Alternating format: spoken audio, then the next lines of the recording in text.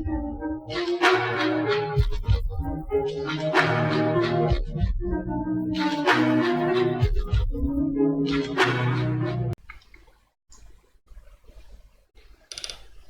parameters is like, I believe it's a new topic that has been added in such subject or having such name or subchapters in the new CCNA course.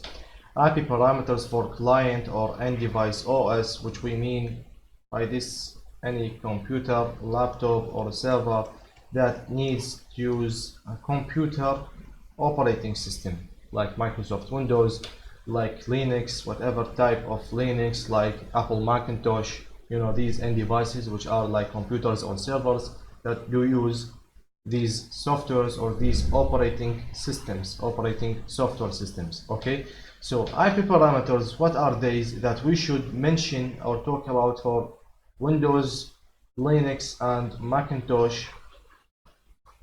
Three of them.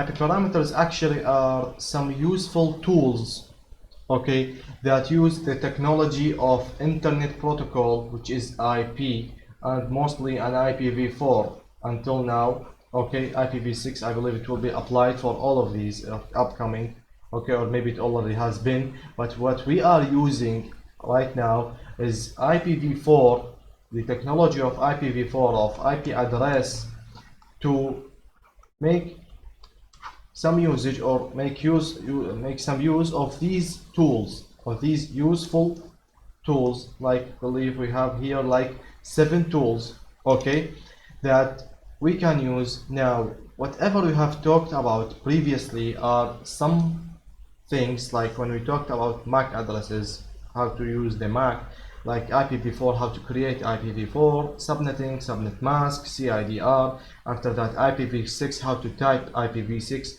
some well-known IPv6 prefixes or subnets. After that, how to create a unique IPv6 using the method of link local addressing, or as it's called globally, the EUI64 method, IPv6 address. So all of these things that we have studied are things or technologies that can be applied on computers and other network devices like routers, switches and firewalls, and even wireless devices. Okay, so all of these do accept these technologies, all of these do communicate globally using the same technology without editing or modifying between them, or you need to do any extra actions when configuring an IP on a router or a switch. It's the same.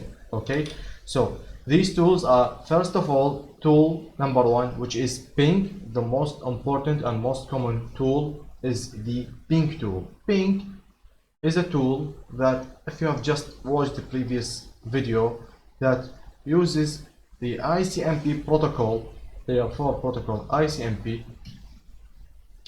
Okay, and what it does do is, I have 2 computers connected together, computer number 1 and 2, just for checking, just for a matter of check, just I'm curious, I want to know if computer number 2 is up and alive and it's still working or not. I just want to know, just want to check if computer number 2 is still up and alive, or maybe it's shut down. So what do? I do have my IP address. We said before, it's mandatory for any network device in the entire world to talk and to listen to have its own IP address. This device also do have an IP address. What will I do is, I will enter my command prompt in case I use Windows, Microsoft Windows, or I enter my terminal window in case I'm using Linux or Mac. I will type ping and then x2 x the IP address of PC number 2, and after that I will hit enter. Behind the scenes, my computer will send a message that is called an ICMP request for computer number 2, asking about it. Are you okay? Are you still there, up and running? Please reply me if you are so. And in case computer number 2 is up and running, it will reply me with a message called ICMP reply. Okay, then I will receive a reply from computer number 2 that yes, I am up and running. Okay, so In this method, I will be sure, or I will make sure and guarantee that computer number 2 is up and running, so I can know that it's still working.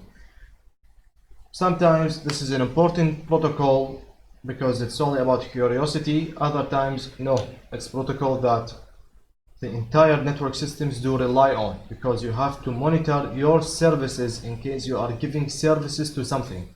In case you have a server in your network and this server is giving services to all of the employees in the entire company, so what you want to make sure of always, all the time, that the server is up and running. So you have your window, it's a window from the terminal or from the command prompt of the Microsoft Windows, and you establish the ping command, ping to the IP address of the server, and leave it to watch it all the time. It must be always there is a reply from the server. Once the reply is cut, it will reply me with a message called timeout. There is no reply anymore. Okay, there is no reply anymore, so I must know at that specific time there is a problem with the server. I must hurry up to figure out and troubleshoot this problem and solve it before it gives or occurs an outage or a damage in my network. So it's very important for monitoring and for safety. How is this accomplished? Let us type the CMD. In the CMD, I will ping on the well-known server of Google, which has the address of IP address of 8.8.8.8 and hit enter. I am receiving, it's pinging for 8.8.8.8, 32 bytes of data. What it's receiving is a reply. This is very important, a reply from 8.8.8.8. okay, this reply must be from the same IP address that I am pinging to. Okay, this is the size of the message that went and received. The time it took it to reply to me was 89 milliseconds, and the time to live was 47. The time to live, or the TTL, this thing, the TTL, or it's time to live, this is a counting number, or it's a counter that has number 47. It differs from a network to another, from a company manufacturing devices to another.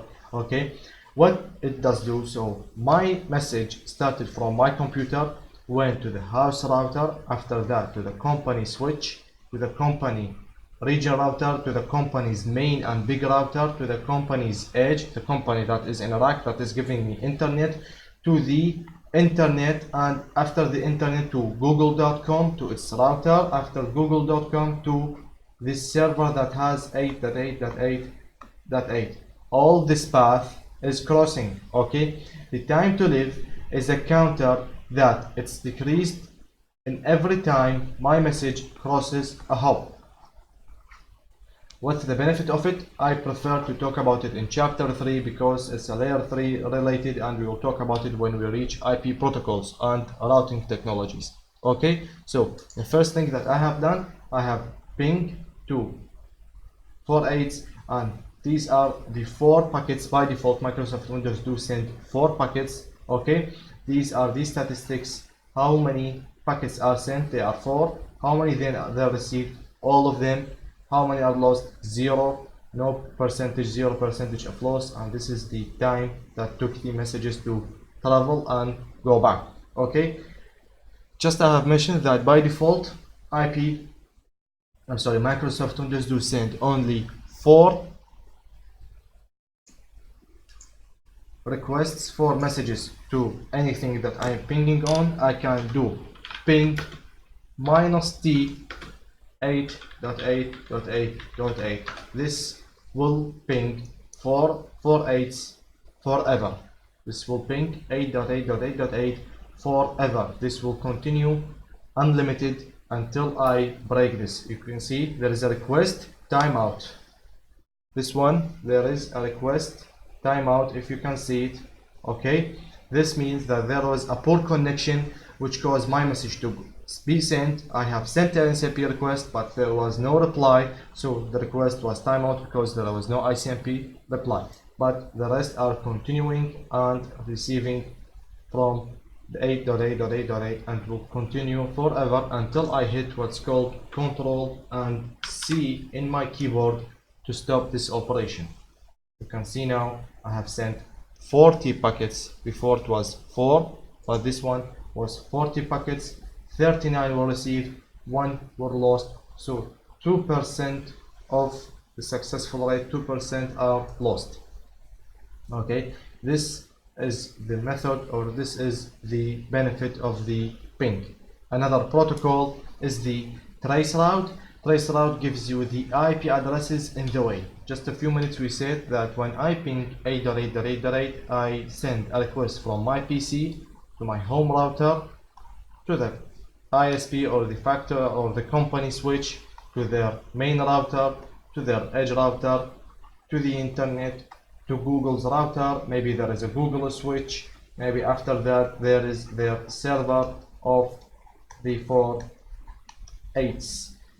Trace route, like typing trace route instead of ping, and after that I type 8.8.8.8.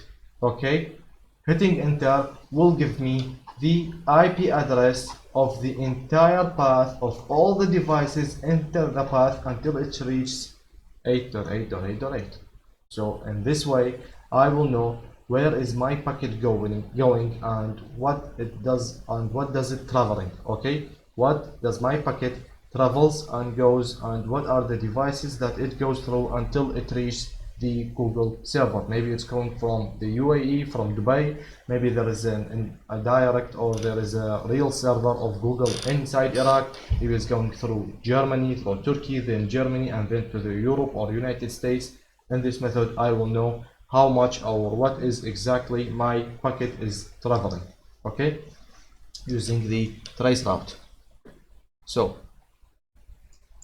let me clear this, go back here and use the command trace rt, okay, in the Windows, and type 8.8.8.8, enter.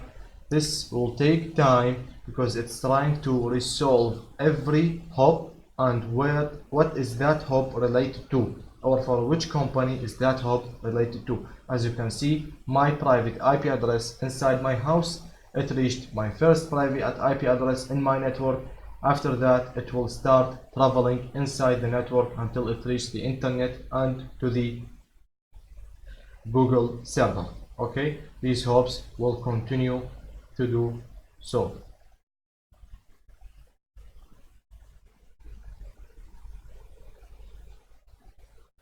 6 hops until now. You can see as I'm going further than my network, outside the network, outside the scope, the message timing is taking a lot of time to reply. Now there is a poor connection, there is a timeout that is replaced with this star. Okay, there is a request timeout, one of the hops didn't reply. Okay, and there is another hop. Now we are going public. Now we have reached the internet. We have left inside Iraq. We have reached the internet globally. We are going to another hop, to another address, finally to 8.8.8.8 that has a name of dns.google. Okay, so I know the entire path, all the 11 hops that my packet traveled from my house reaching Google server. Okay, after that we have some protocols. Okay, we will talk about some of them are in the scope of this this course. We will take them in detail, others are not. Okay, so ping and trace route should be clear. FTP is a protocol for transporting data, transporting important and reliable data. If you remember, FTP used TCP 20 and 21, then it is a reliable protocol. FTP is a protocol that is used to transporting data. Maybe you have a server, and this server you are storing some images, you are storing some PDF documents, you are storing some important documents and data. Maybe these data are some software upgrades for Microsoft Windows, for mobile phones. All of these are stored inside a server. Your server is connected to a switch. This switch is connected to all your computers in the network. What you would need is to grab or receive some information from the server, like to take or receive from it a copy of a data format, or I'm sorry, of a PDF file, of a software upgrade image file, or whatever data you want to take from the server, this will be accomplished only using some transporting protocols. One of these is the FTP protocol. Okay, I believe it was file transport protocol. There is a TP, there is SCP, there is, I believe, also SFTP. All of these are protocols that are used for transporting data between devices in the network. SFTP is not, I'm not really sure about it, but these are the most common and used protocols to transport data. Okay, FTP is reliable because it uses TCP. TFTP is not because it uses UDP. Okay, we have mentioned this in the TCP versus UDP. SCP just like FTP, but it's more secured. It uses more negotiation steps between the devices to ensure that nobody can know what you are taking from the server, because this maintains the security between you and the server inside the data. No one can spy on you and know what you are transporting. Telnet and SSH are two same protocols with some few differences between them that are used very importantly for a main reason, which is management. This is a shortcut for management, MGM. Managing network devices. I can remotely from my home that is connected to a switch, that is connected to a router, I can access this router just like I'm connected directly to it. You will see in the upcoming slides at the end of chapter 1 how do we connect ourselves directly to a router or a network switch.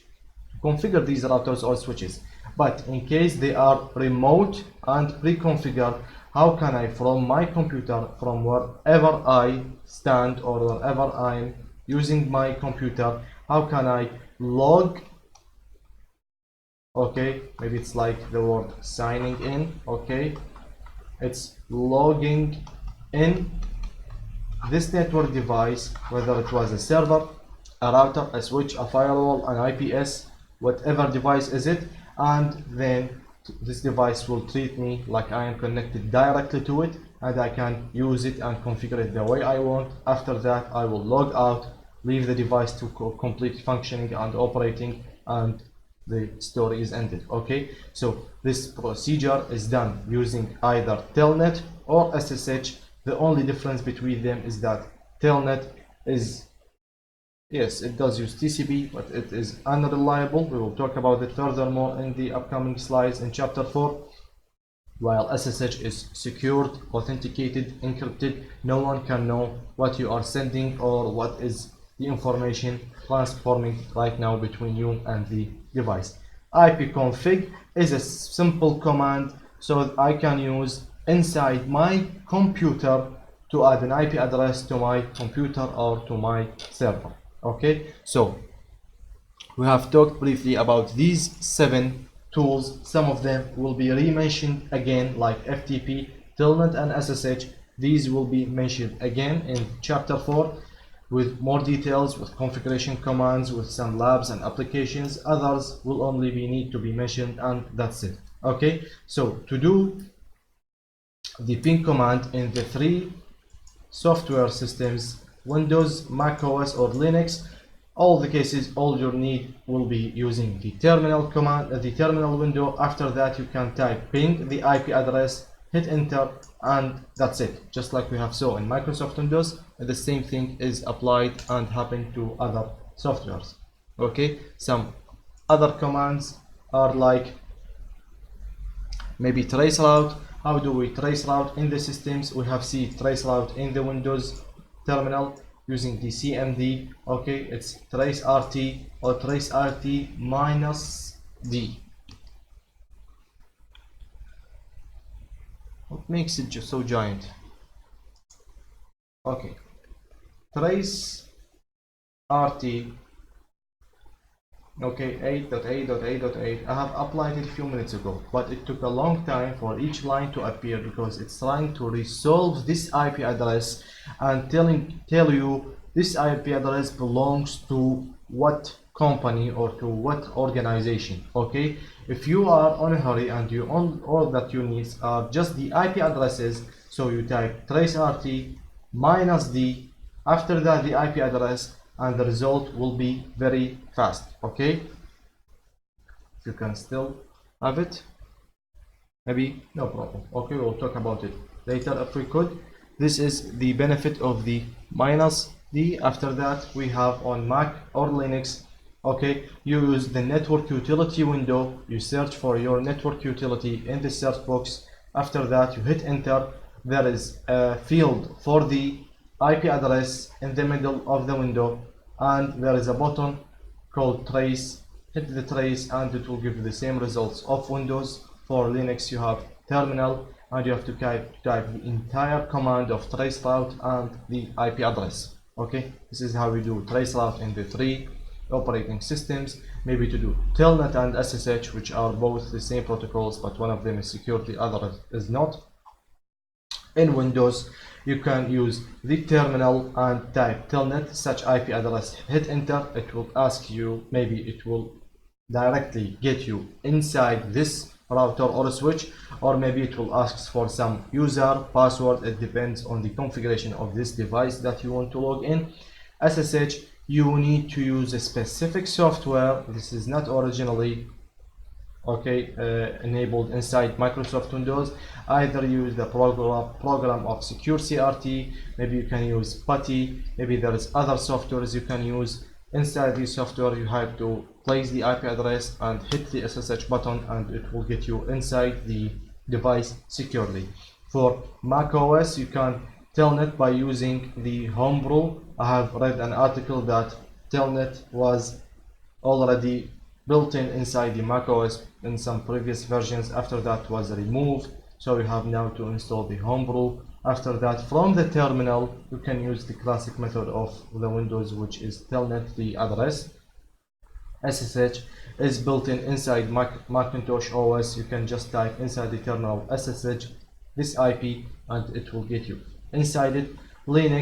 Inside Linux the same method. You don't need to configure or install any applications. You just type telnet or SSH, whatever IP address you want in the terminal, hit enter, and that should be enough for you to get inside the device. These are some of the IP parameters discussed and explained briefly or in some details, with some details, for the 7 IP parameters for the 3 operating systems. I hope this was informative. I hope it was clear. I hope you got understood some or all or maybe a lot of these information that we have discussed. Anything that is unclear you need from us to reply it, to describe it, maybe to give you and provide you with some resources that should be beneficial enough. Please comment below in the video, like and subscribe our video and channel, and we will be more than glad to help you and aid you at any time. Okay, thanks again for watching, and we will see you in the next slide.